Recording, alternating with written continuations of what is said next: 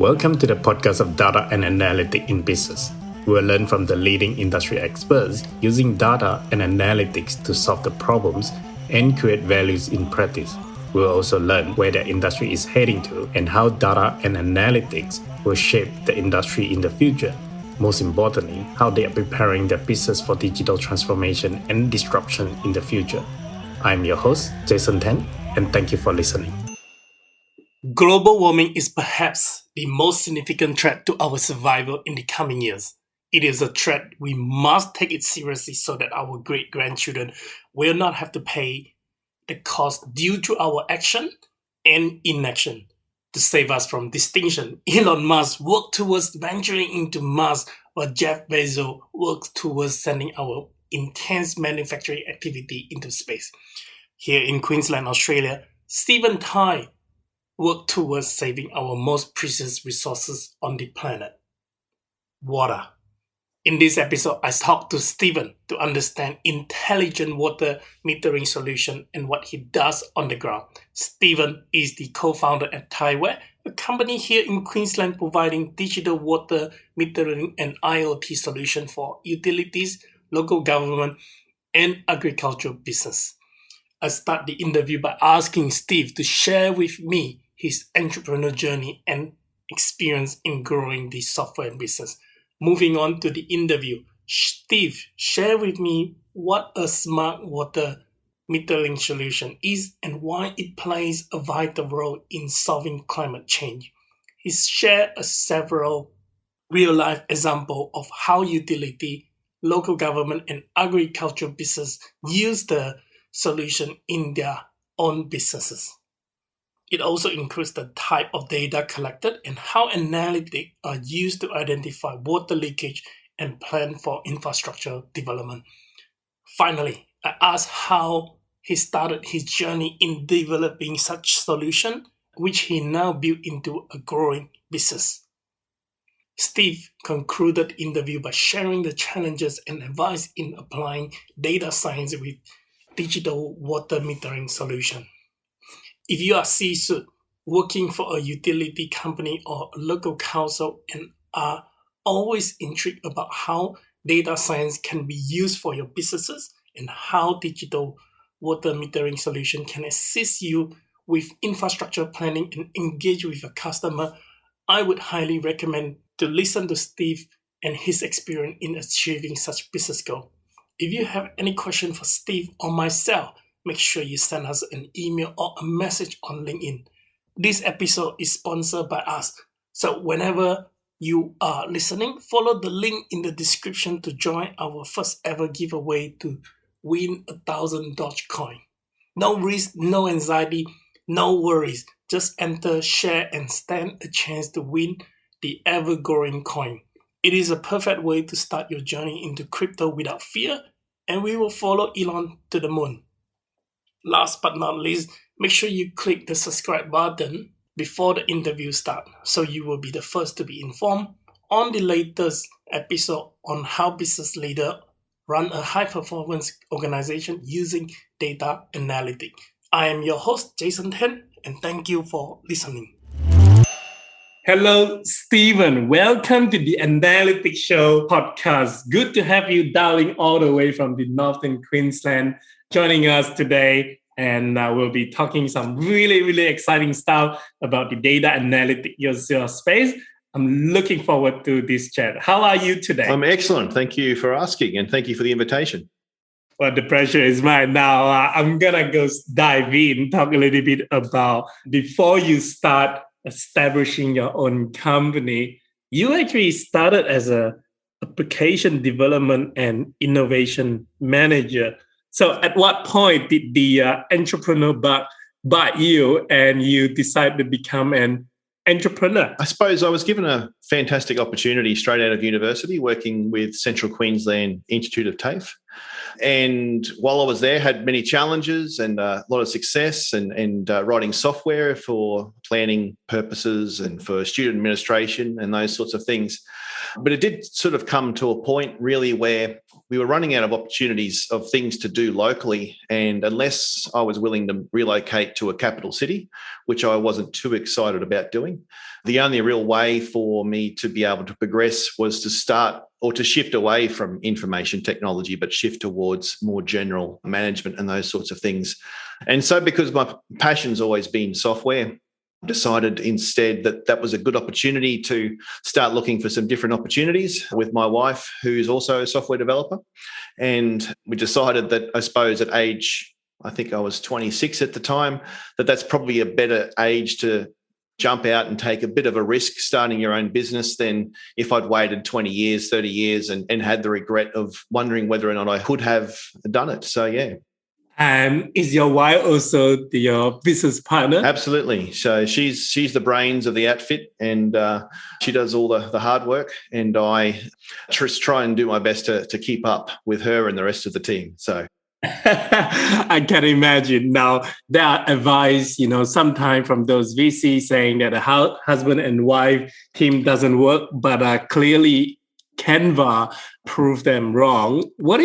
Given that you are husband and wife team, what would be your advice or something you would share with the business owner or entrepreneur to make the husband and wife team work? It is interesting. We actually work together as well at TAFE too. So we've been working together almost longer than almost we've otherwise been apart. So we've been married for 21 years and I'm 42. So it's certainly been a journey where you try and establish the boundaries between what's work and what's not, to make sure that you can sort of keep a separation there that allows you to do work well and do work well together, but also to do life well together. So that's been, a conscious choice that we haven't always been successful at certain times. And obviously there's periods of time in work or in family life where there are different urgent things or priorities that you have to balance. In addition to that, we have 3 kids, 2 of whom are teenagers. So that takes a lot of energy from us both as well. But I suppose just in being able to work with one another is that, I guess, ultimately your partner in business needs to understand where you're coming from and understand that neither of you are perfect. You're always going to make mistakes, but hopefully if you come together, the chances that you make a terrible mistake are going to be limited by being able to bounce all those ideas. Some of my ideas tend to be a little bit more on the crazy side, and Alison tends to be a little bit more practical of what's actually going to work. So we've made a good team in that respect. Thank you for sharing that. Now, speaking of your past experience, are there any experience in your previous work that helped you in running your company now? I believe so. The experience with TAFE was almost out of the ordinary in the sense that I was, again, straight out of university, placed into a leadership role within a few years. Perhaps, although I'm not going to question my supervisors at the time who said that they thought that I could do a certain job, but I certainly felt as though I was probably underqualified at the time. But sometimes necessity is the best teacher in these sorts of things. Throw you in the deep end and just hope that you don't sink. So, probably the main part of that is the software that we created within TAFE was, as we said, it's very much around student tracking, student management. As a result of that, we worked with teachers, we worked with help desk operators, we worked with managers as well to understand what problems they were facing.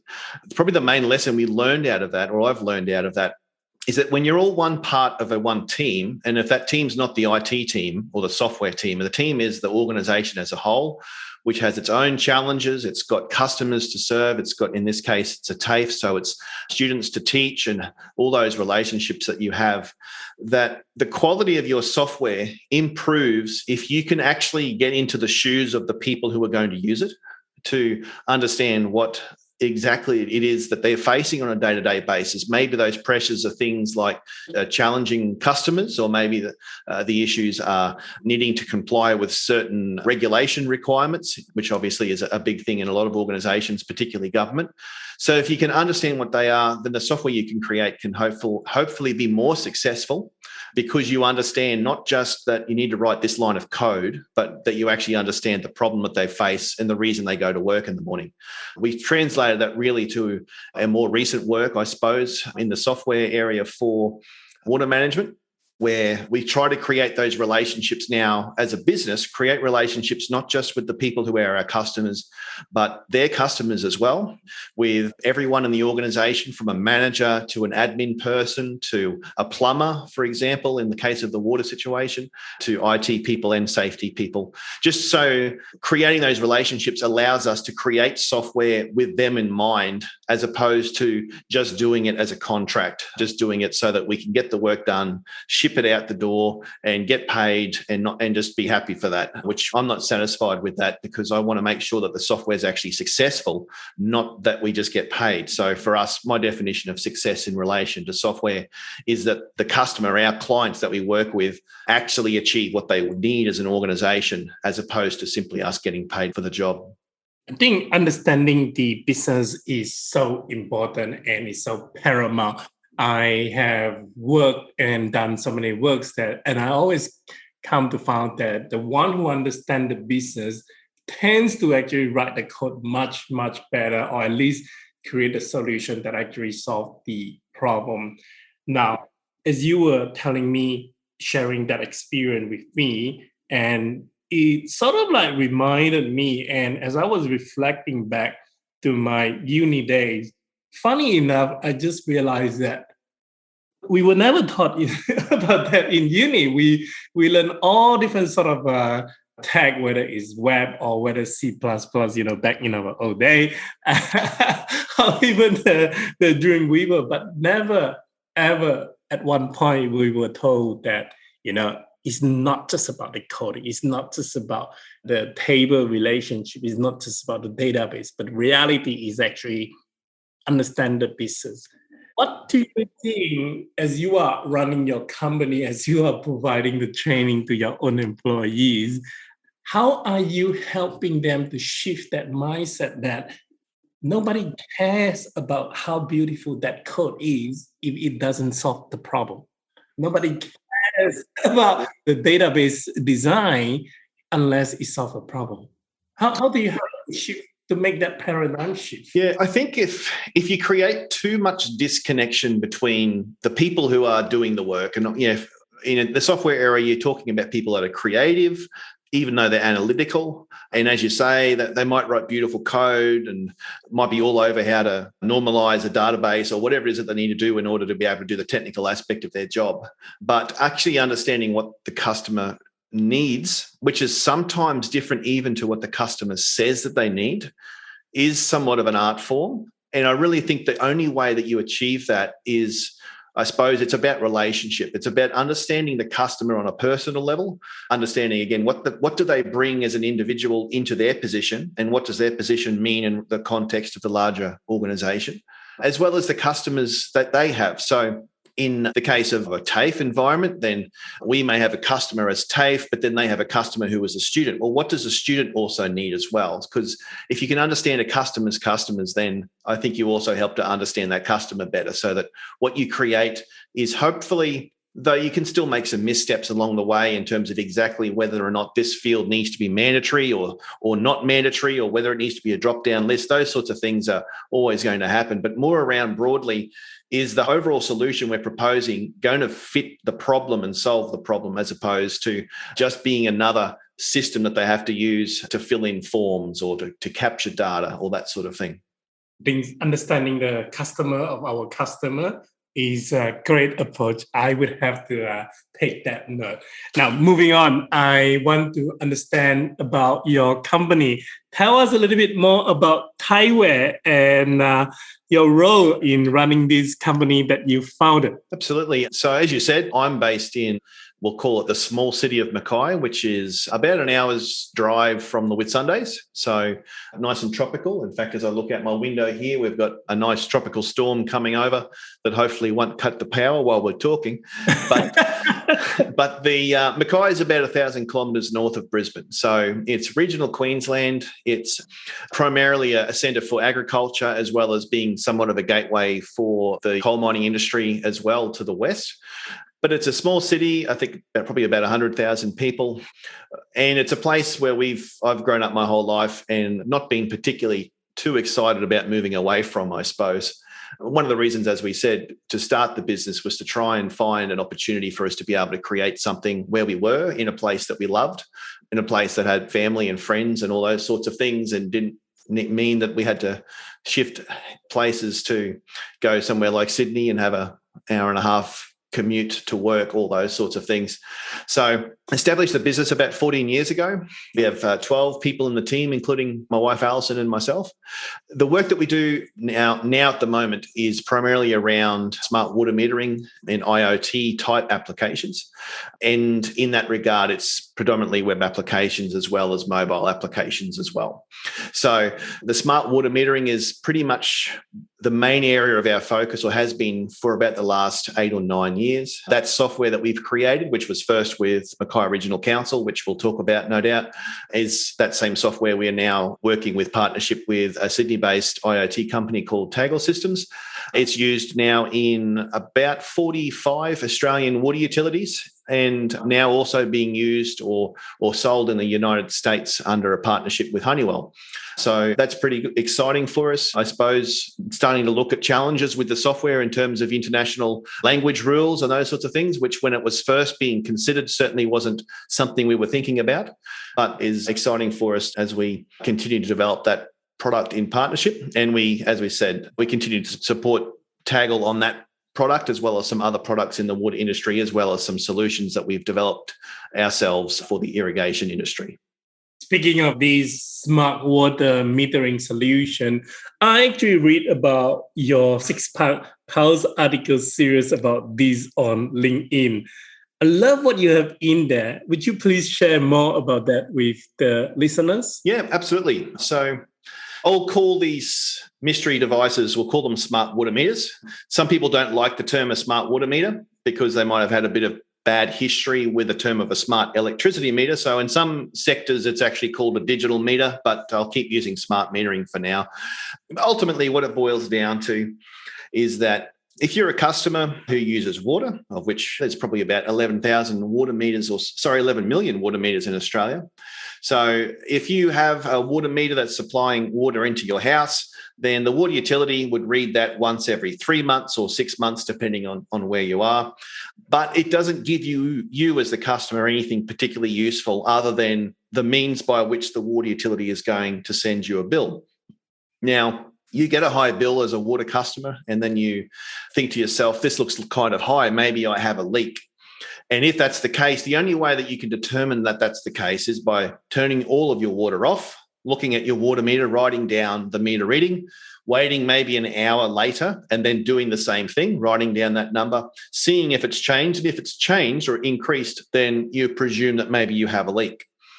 So what smart metering does is it attaches either a piece of technology onto the water meter, or in some of the more recent versions of these products, it's actually integrated within the meter itself, a technology to read what's happening and then to transmit that message through some form of wireless network, and then to transmit that ultimately to the water utility so that they can make sense of that data. So what that data can do for the customer especially, but also for water utilities, is it's now, rather than having one reading every 3 months, is now providing 24 reads per day, or maybe 48, depending on the situation. So every 30 minutes, a reading is being transmitted. And from that information, water utility is able to determine on the behalf of the customer things like that the pattern of consumption looks like a leak, or the pattern of usage through the meter, to be able to use that technology to then communicate through the software that we've developed as well, to push notifications and SMSs to customers to say that you have a leak of a certain size and that it may be worth investigating.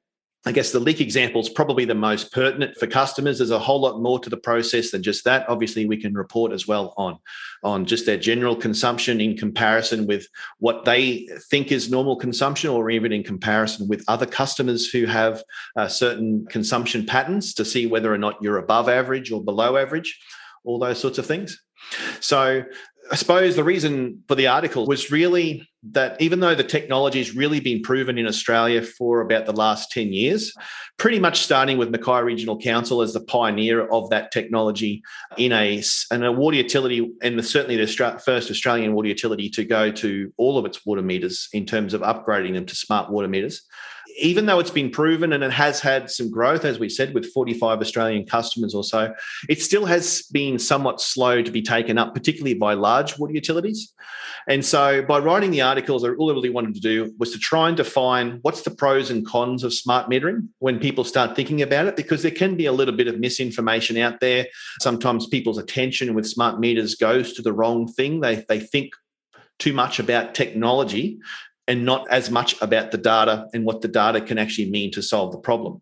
So hopefully by breaking these down into some mildly, hopefully humorous, just some little blog posts, I suppose, may be able to educate decision makers and as well as the public that smart meters aren't just some sort of crazy novel idea that only gets done by certain water utilities, but it's really something that makes a tangible difference to everyone else as well. Makes a tangible difference to water utilities being able to save costs, which then gets passed on to customers, as well as directly for customers being able to save water through being alerted to high consumption and leaks. In your view, what do you think is the main reasons of the resistance of making this technology or adopting this analog technology to bigger mass of the general public? Because as you say, it is useful. It is, I would also imagine that it would make the water utility company saving a lot of costs because they no longer have to have a human driving around just to read that meter, right? What is stopping them to be wanting to adopt more? That is a good question. And it is a question that I suppose I don't actually try to answer in the blog posts, because by answering it, I might show my hand and maybe throw a little shade on certain people in the water industry. So I've got to be careful what I say. But there's a couple of problems that I see. One problem is that there is too much of a focus on the technology that delivers smart metering. And especially in the early years, the first 5 years after Mackay was doing its thing, there was still, and there is now still, a very big debate over how do you transmit to or from a water meter, and how does that technology work? There's different technologies out there. Taggles has a proprietary system that's very lightweight that works and does a great job, but it is different to some other technologies out there like LoRaWAN and NB-IoT. Sigfox is another player in that area as well. At the end of the day, when I look at it from the software point of view, I really don't care in some respects how the software gets the data.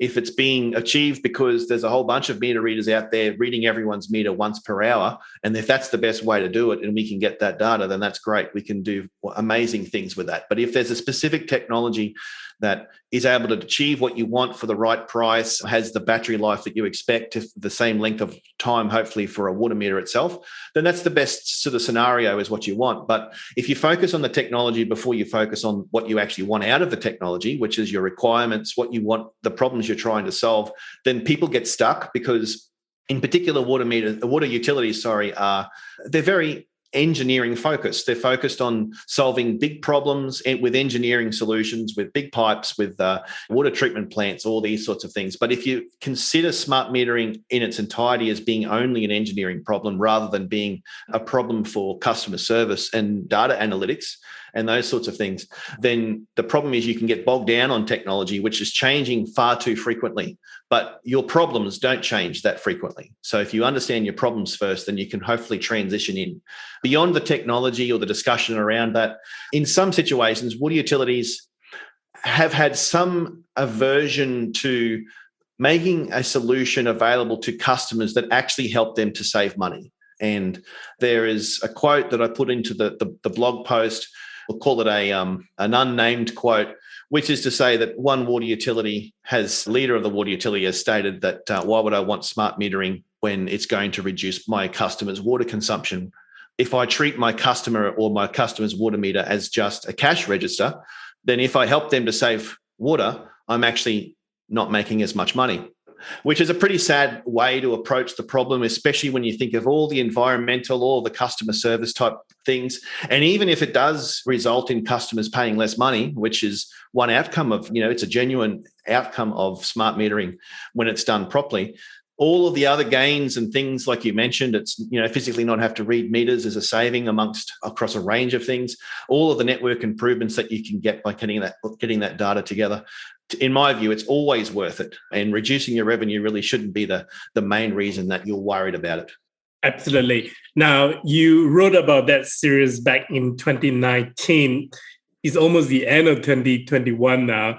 If you were to write another series with all of the new experience and knowledge for the last 2 years, what would you write about? It's a good question. I'd love to say that in 2 years since we've written them that there's been a massive explosion of smart metering.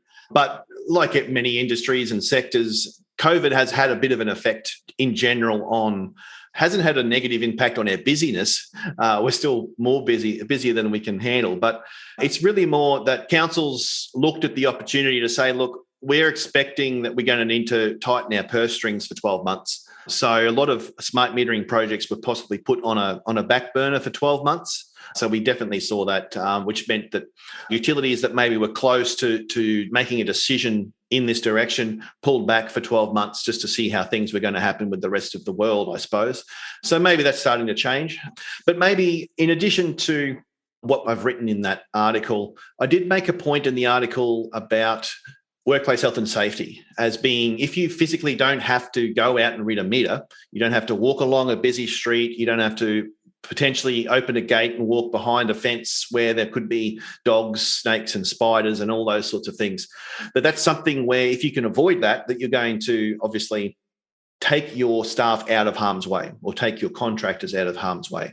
And we make a point of that as well as that the energy sector, a lot of energy utilities, doing meter reading pretty much say to their staff, if you see a dog behind the fence, even if it's a 12-inch chihuahua, then you don't jump the fence, you don't cross in because of reasons of making sure that you're safe. And that's because there have been scenarios where there's been some fairly graphic injuries from dogs to meter readers. So any opportunity to be able to do that, I think is great. But where I think it's probably even needs to go a step further is that we're now working also in the irrigation space, so agriculture areas where the street out front of the property could be 3 or 4 kilometres from where the physical meter is, because that's where the water source is. So in addition to the challenges of those same, wildlife, dogs, those kinds of things, you've now got moving irrigators, you've got tractors, you've got certain times of the year in some industries might be when they're harvesting. So there's lots more equipment happening. There's also pesticides that could be getting sprayed when they're trying to read meters. So there's a lot more risk for that as well, where I think that's important. And lastly, some farmers have legitimate reasons for not wanting unmanaged people going on site to read meters for biosecurity reasons. So maybe their farm's been needing to keep separate for whatever reasons, for things like weeds and seeds and those sorts of things. So reducing people on site who potentially going to get in the way of those things is always going to be a benefit for that reason too. Now, one of the podcast guests, Steven Fernando, on the show, he actually spoke about his work with you on a project which is about the smart water metering solution that was implemented in Mackay to lessen the water consumption in a community. Can you tell us more about this project and your work on it? Especially, you mentioned that Mackay was actually the first within the country as an early adopter and also to be the pioneer as a council in this sort of project. Yeah, absolutely. So in Mackay's case, Mackay was faced with a particular set of challenges, being that Mackay was a growing city. It does have a very, shall we say, a very reliable water source, but that doesn't mean that you can drink it. It needs to still be treated. So the water treatment plant in Mackay was getting to the point where if consumption didn't slow down, that the consumption would mean that the water treatment plant in around about, I think it was 5 to 7 years' time, was going to exceed its capacity. So that was the underlying challenge that Mackay Regional Council faced. And I've really only come into this from the solution side of things for the software, so I don't want to speak too much on their behalf. But ultimately, they decided or realised that if they could simply get people to save a little bit of water, and I believe the number was somewhere around 5% around what they call peak consumption, which is almost this time of the year we're at now, actually in November, where we haven't quite had the wet season hasn't started, and people are trying to keep their pools topped up and their grass from dying out. And if we can get that peak consumption to reduce by 5%, then we can push the overall project of needing to have a brand new water treatment plant with its $1 million price tag, we can push that back a number of years. So they investigated a bunch of areas, which include everything from marketing to initiatives, providing tap timers, all that sort of stuff to try and get people to save water. But the main part of that project was smart metering. So initially was working with, at the time, a very small startup, which was Taggles Systems, in creating some kind of a technology to do smart metering. Started with a very small trial and then extended to a slightly larger trial. We came in, I think, pretty much when that second trial had started, which would have been 2012. And our involvement was Mackay receiving this data, which simply was this water meter or this AMR type device. Sorry, AMR is just another smart meter term. But this device is sending this value and it belongs on this meter. So what are we going to make sense of that? What does it actually tell us? So our role was to be able to, I suppose, integrate the data that was coming from the smart meter technology back into the systems with council so that we could see that this customer has this meter, which has this smart device attached and therefore has this consumption. And therefore, when we look at the whole thing together, what does that actually mean? So we started off with a small trial, as we said. We looked at that data, provided some analytics. Probably the first version of the analytics was most likely in Excel, I'm sure, and then grew from there. Don't let anyone knock Excel for doing some basic analytics. I agree. But and then it grew from there to the point where we were able to determine things like leak detection with very high accuracy. We were able to determine high consumption. We could identify certain customer behaviour based on maybe physically where they were, their type of property, whether it was a small property or a large property, or if they had a pool. We were able to identify that. And with some wins through that process, by which I mean certain customers being able to be alerted to leaks once they were detected. And that was very manual at the start, but that created enough of a, I suppose, confidence in council as a whole to be able to continue the project to the extent where it now has all 45,000 customer water meters in the area have now been upgraded with that technology, with the hardware technology. The software that we wrote, which was called MiWater at the time, then grew to also include a customer portal, which was called MyH2O. And then lastly, there was also a mobile field application that we created because capturing the data in the field when you're installing the water meter, installing the smart device as well. At that point in time, capturing that, taking a photo, GPS coordinates, all those sorts of things is actually a fairly important part of the commissioning process for a water meter. So that sort of activity grew from there, I suppose. So the software, as we just mentioned, it actually transitioned from Mackay to Taggle, and we partner with Taggle now on continuing to develop that software, as well as obviously commercialising it across Australia. Apart from the water leakage solution, what are the other case study or use cases for that people can do from the data and analytics coming out from this smart water metering solution? Yep. So the leak's the easiest one to talk about. I suppose if people can understand the concept of a leak. And for customers, of course, there's also benefits for things like, well, if I'm expecting this much to, I want to set a budget of $5 per month for my water bill. And if it's going to exceed that, well, I want to be told. I want to be let know when that's going to happen. So there's a lot of customer analytics, which customers can control themselves using the MyH2O website and all that sorts of thing. On the council side, though, there's a lot of efficiencies as well, which perhaps one of the biggest areas that's very tangible would be if you say you have a very simple scenario, you have a suburb where there's one pipe from council supplying the water into the suburb. If you put a water meter on that pipe going in, and then you also have water meters inside that suburb, and you add up how much water went in versus how much water was actually consumed in the period, then you start to get analytics, what's called a district meter area, where you can identify water losses at a network level. So these aren't losses that are customer losses, because when a customer has a water leak, ultimately council kind of gets paid for that still by the customer. But these are water leaks in significant water mains. It's potentially water in some rare situations where it could even be getting stolen through an unmetered standpipe. And so those sorts of benefits for councils allows them to not just understand what a customer's doing, but what's the sum total of all those customers together in a geography? What does that mean? That data, just understanding that data actually has allowed Mackay Regional Council and others as well to do things like change pump times, shift to off-peak electricity tariffs, because if they understand that there are certain hours of the day when water's used the most versus when it's not, they can change how all of their hydraulic modelling for when water is pumped to sort of reservoirs on tops of hills to therefore maximise the benefit of lower electricity tariffs and all those sorts of things. Fascinating. Now, I am curious to know from the global perspective, where are we at in terms of this smart watering solution compared to other advanced country, or maybe even the developing country? Who knows? There has been a lot of interest in the project, and in worldwide, we're certainly not the first ones to do it.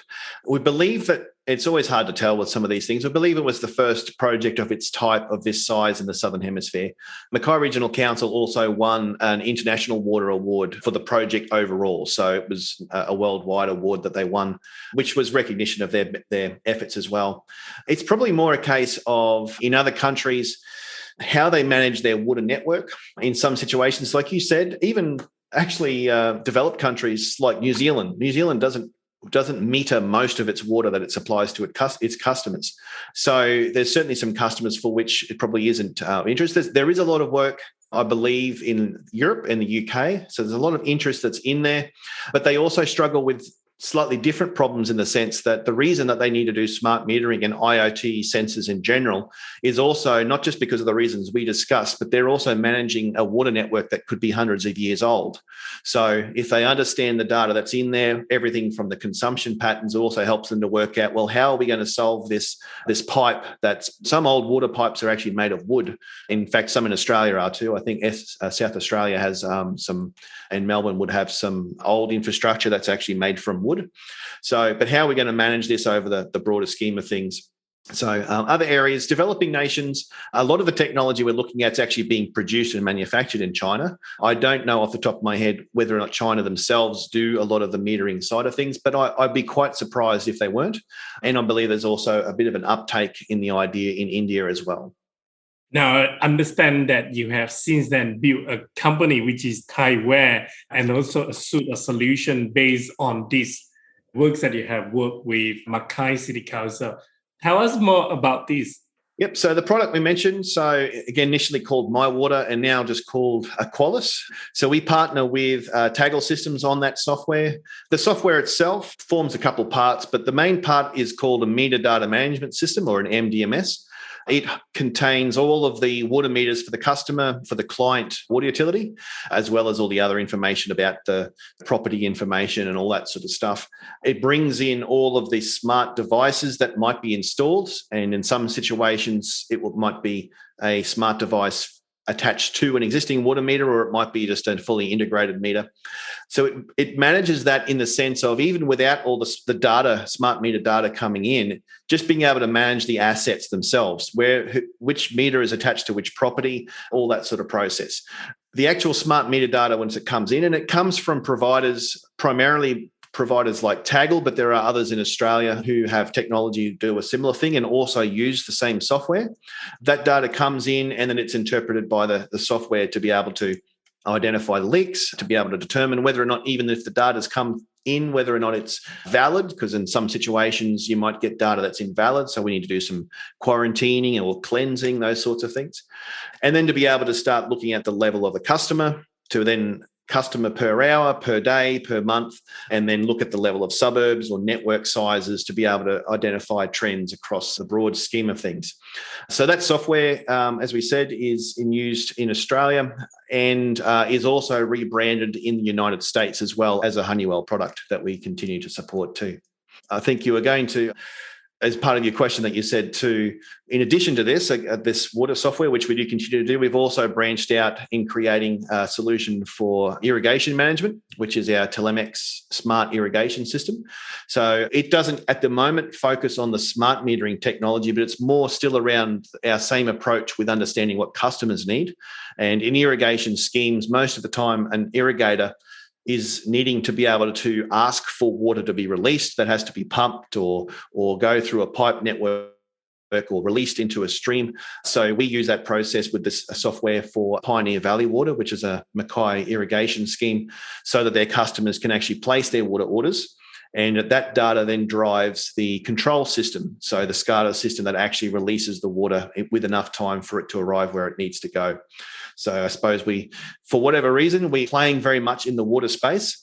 I guess we recognise that it's a finite resource that if the moment it hits the ocean, doesn't have the same sort of value as if it's being used efficiently to grow crops and to drink and all the things that we need for it to do. I think it is an important industry and it's a very important natural resources that we all will have to work hard to treasure, especially in the coming years.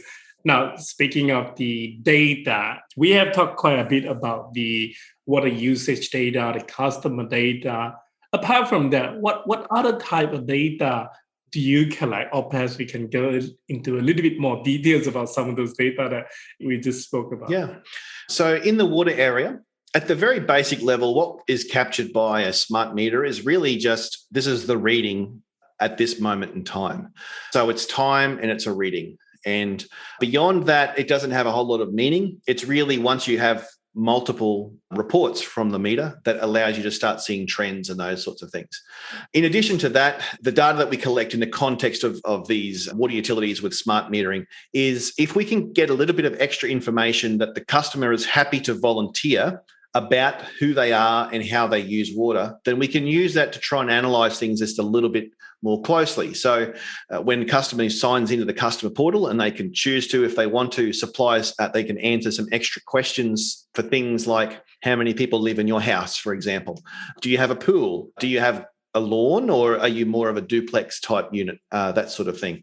So when we get that extra information, it's then possible for us to be able to say, well, for starters, your water consumption pattern is comparable to this other customer at an average of some other customer, and yours is actually a little bit on the high side compared to theirs. So for other houses with 5 bedrooms, a pool, and with 5 people in the house, a pool and toilets, if we can compare your consumption against the average, then maybe that would help you to identify that maybe you're actually above average.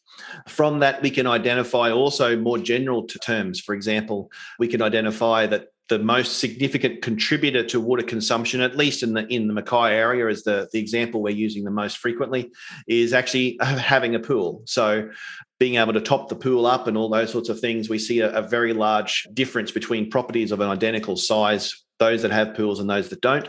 And so having a pool is actually a water user. We also see a very significant benefit when customers say that they use dual flush toilets at home versus when they say that they don't use dual flush toilets. It actually gives us some very interesting statistics that prove that dual flush toilets save an awful lot of money and water as well, which is quite gratifying, I suppose, which is why that technology exists.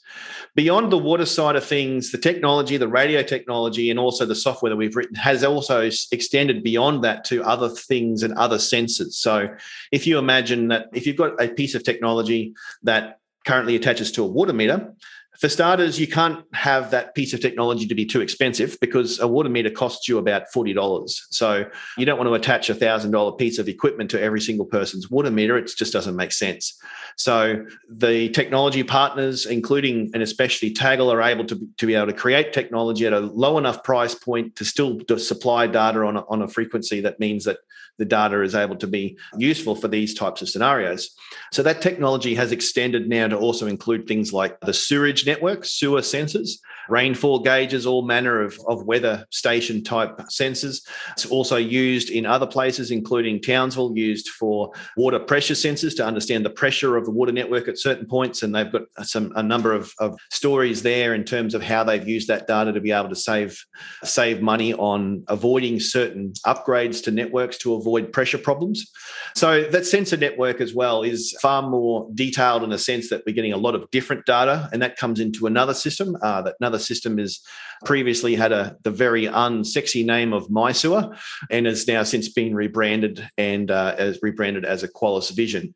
So part of the Equalis range as well. So that data is very much being able to correlate a lot of different data from different pieces of different sensors out in the world, bring it all together and try and make some sense of it there. The type of the data that you just spoke about, I can imagine it could be so useful for planning a city. My question for you then is, how can the council use this data for infrastructure planning and create more sustainable way of using the water in the community, or perhaps even to the extent of planning the entire city? Yep. So we mentioned previously just the district metered areas, or the DMAs, and how understanding the profile of that can help you to change things like pump runs, when pumps are actually running, to move water around and to make sure that you can deliver that.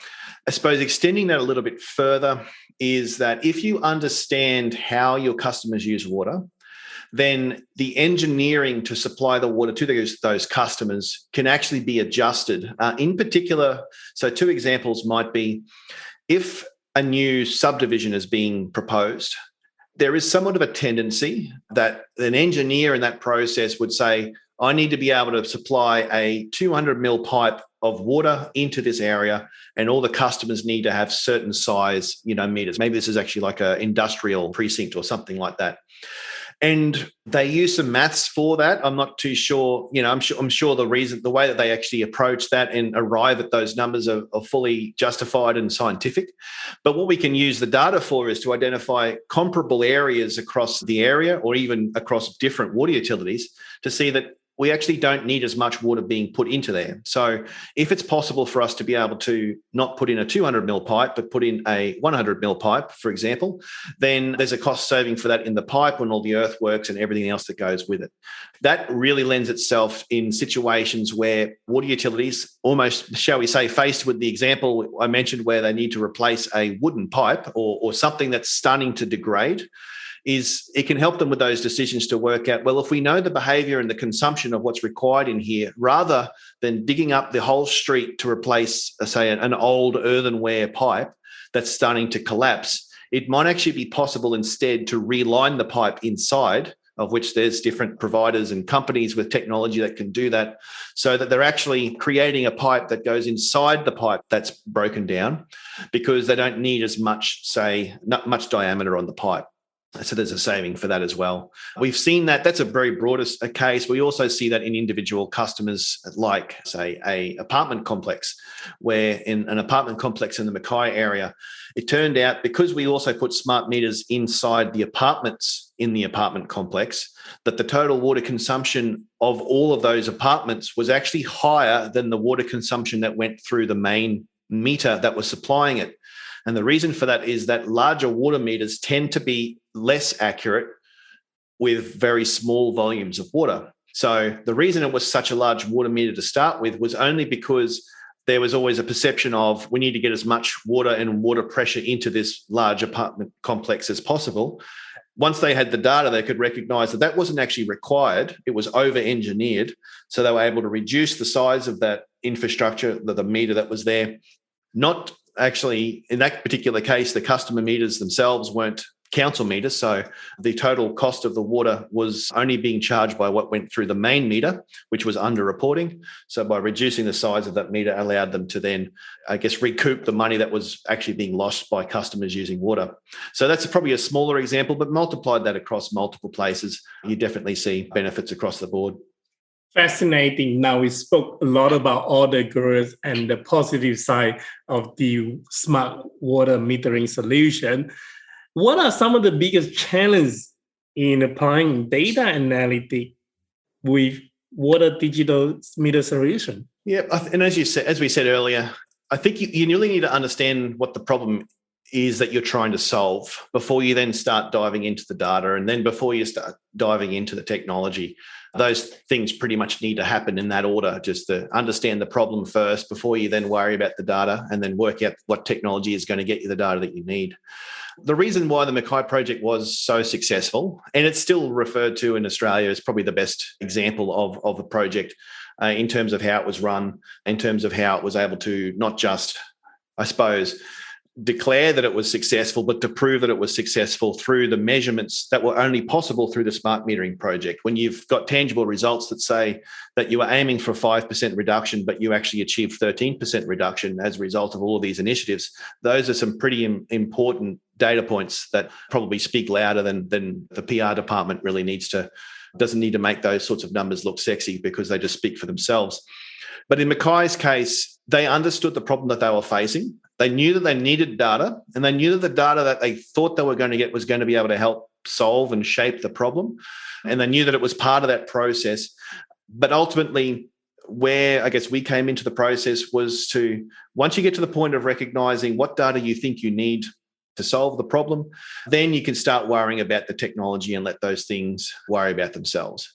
I think some of the challenges is, if you don't understand the problem to start with, then the danger will be that you wind up going ahead with the project for reasons like, I'm just doing this because someone else is doing it, which is not a good reason. I'm just doing this because I've got 2 months left to spend this budget, and I might as well just spend it on something like smart meters. That's probably not a good reason. But it's most likely, when you start coming at it from the perspective of we need to save this amount of water, or we need to save water in this area for these reasons, then I think you have a higher chance of success. Now, my final question for you is, what is your advice for the council or agriculture company who are interested in implementing data analytic and water digital metering solution? Would that be similar to what you had just discussed earlier when I was asking you the biggest challenges, or you have something more to add as you were working with the council and agricultural company? Yeah, I think maybe as a starter, just read my series. So I guess it's got pictures in there. It's not too hard to read. And certainly the reason I've written it was to try and get people thinking about the idea in general. So I definitely would, in my view, there are many competitors out there that probably feels like they're always trying to compete over a very small industry, when we want the whole of Australia to pick up on this concept, to see the value in it across the board, regardless of what technology you're using or software you're using. Ultimately, if you're using this technology, you should be able to then use that to be able to get benefits which are really benefiting the environment and society as a whole. So I would much rather be one player amongst many for a much larger industry in smart metering than being sort of a monopoly of only a very small number. So I'd love to see that. But when looking at specifically as a council or water utility or an irrigation provider, if you work backwards from the problem, then you've got a better chance of success. Too many of the projects that I've seen can fail because people spend too much